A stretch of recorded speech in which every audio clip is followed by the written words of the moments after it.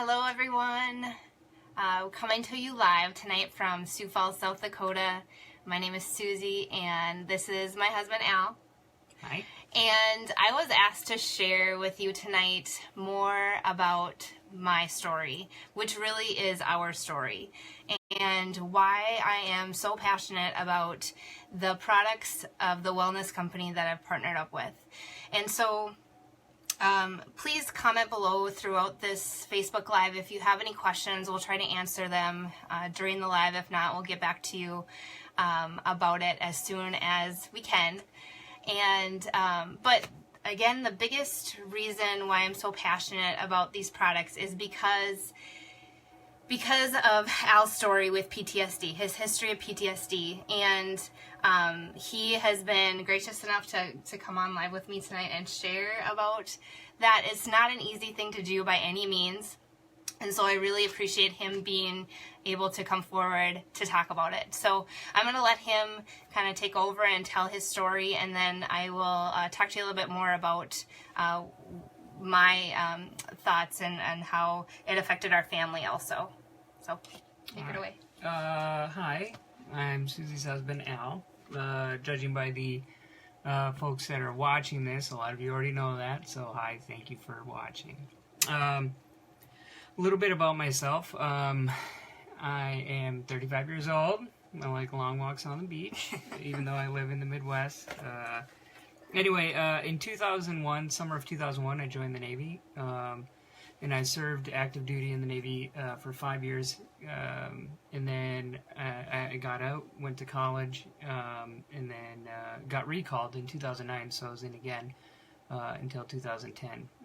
So in my total 6 years of active duty, I was deployed for 32 months of that, so 32 months out of 72 months. Anyways, it took its toll on me in a lot of different ways, but mostly mentally.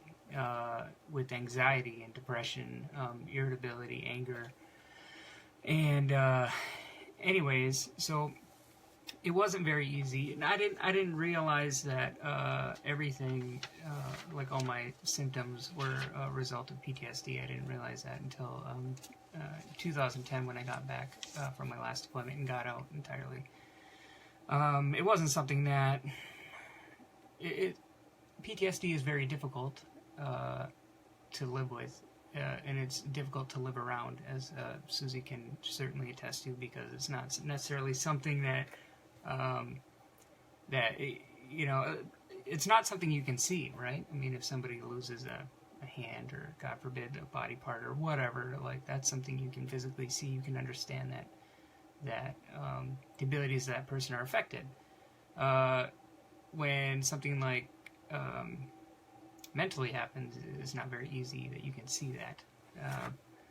So anyways, it was very difficult to deal with that. I went to the VA. I went through multiple different treatments, but like group therapy, cognitive process therapy.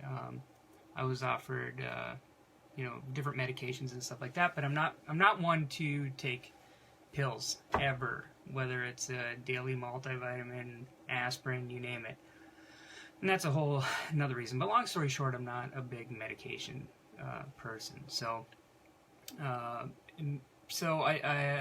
went years without ever seeking actual treatment that would actually help. I mean, again, I got treatment through the VA, but so a couple of years ago, so probably 2014, 15, my brother-in-law, John, approached me at a family event, and he was like, hey, do you have a minute to talk about oxidative stress? It was like kind of one of those, like, oh, I don't really have time for this, But I'm in his house, and he gave me apps, so I'll eat and listen. And at the end of it, I was just kind of like, yeah, sure, skeptical, right? Obviously very skeptical about it, so I didn't put a whole lot of thought into it, and I didn't really think that it was something that was, I did not see the link between that and PTSD. It just didn't. Despite his best efforts in explaining it to me, I just didn't want to hear it.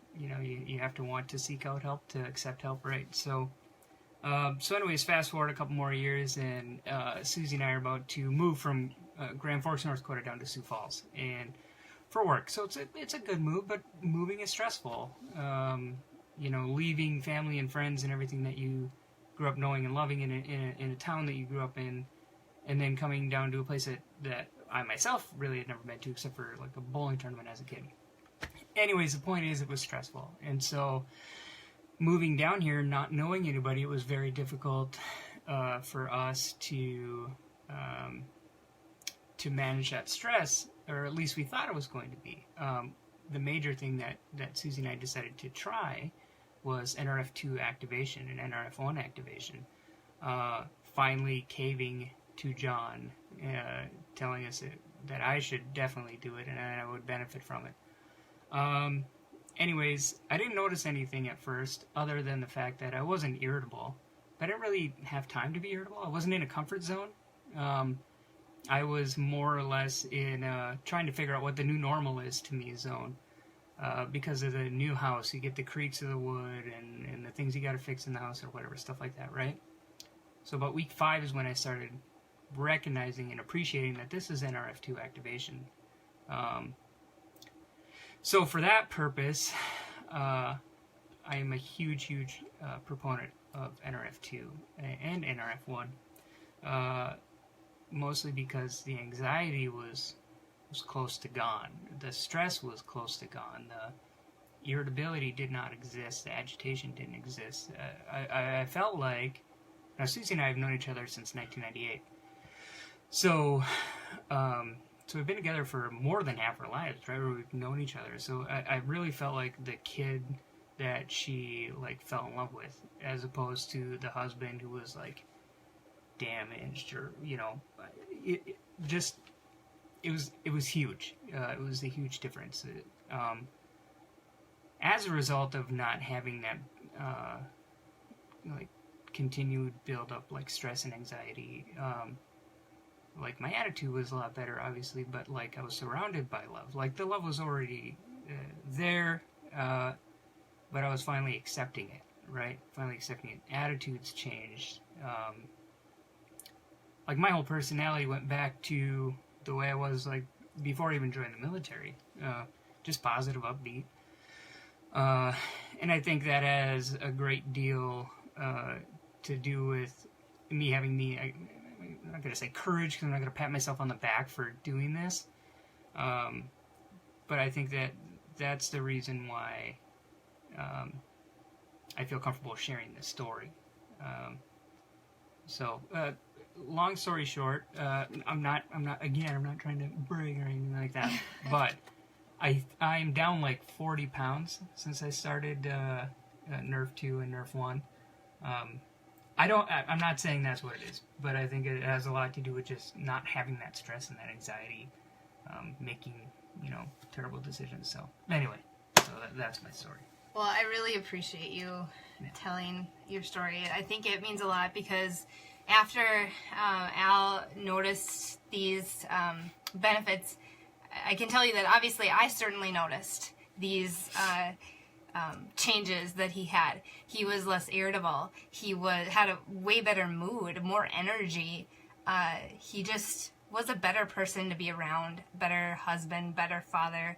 And for that alone, I called my brother John and I said, sign me up. I want to take full advantage of this company, and if we can share with one other person and make a difference in one other person's life like it has made with Al, it will all have been worth it. So again, that's the biggest reason why I am so passionate about this. It's hard for spouses, partners of someone with PTSD.